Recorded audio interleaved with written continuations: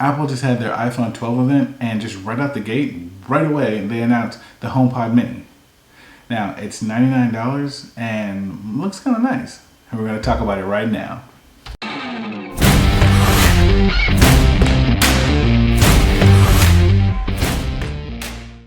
What's up YouTube? It's Jason here with RedBeeLabs and welcome to another video.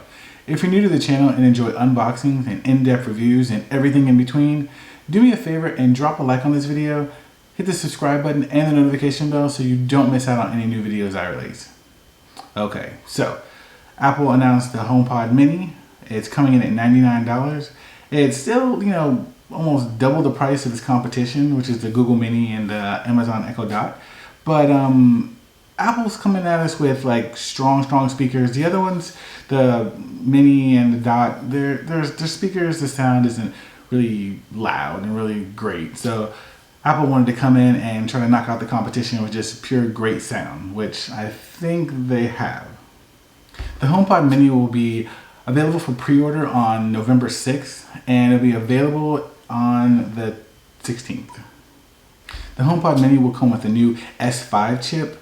It'll also have adaptive sound, so when you put it in a room, it kind of analyzes the room and figures out the perfect sound for the room.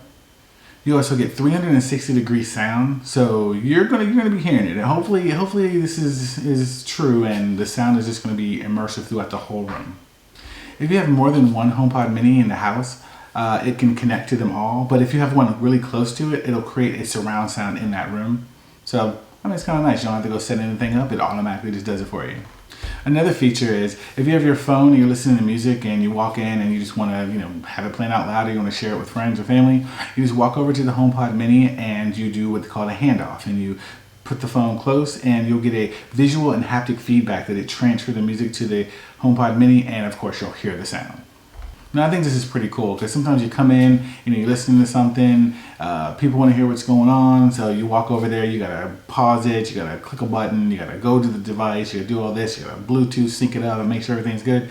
This way you walk in, you click a button, boom, it's good to go. You might not even have to click a button, you might just walk up, it automatically hands it off for you. The HomePod Mini also has this feature where you can now text and make calls.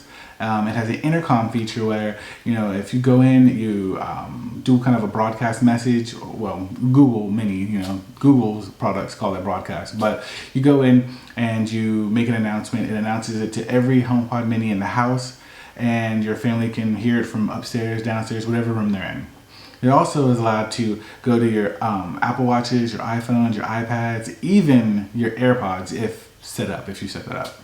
It does easy HomePod syncing, so as soon as you connect your device, your iPhone, it will automatically see all the HomeKit stuff you have on there, all the devices, and automatically sync those up, so you'll be able to control those right from the HomePod.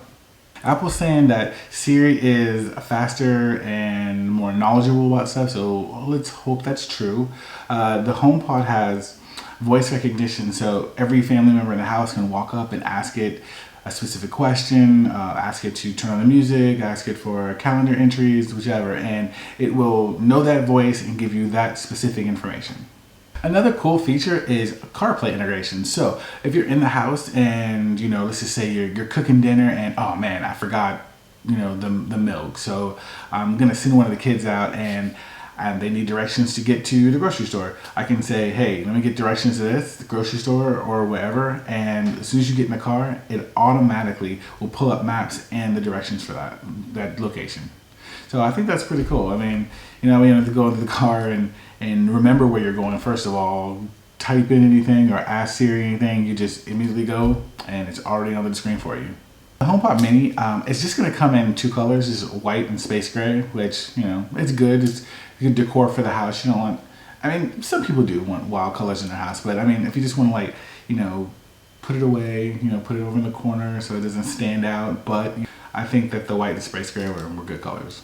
Now, don't get me wrong, if you had a product red, I would definitely get that, put that in the studio, put that downstairs or something, but So Apple has been toting some strong privacy settings, so you can set it up to where you opt out and Siri doesn't do any kind of recording or sharing any of your information with anyone.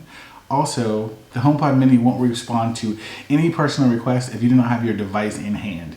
So it's not going to give you any kind of information unless it basically can verify that your phone is with you and your voice is the one that's asking for those personal requests.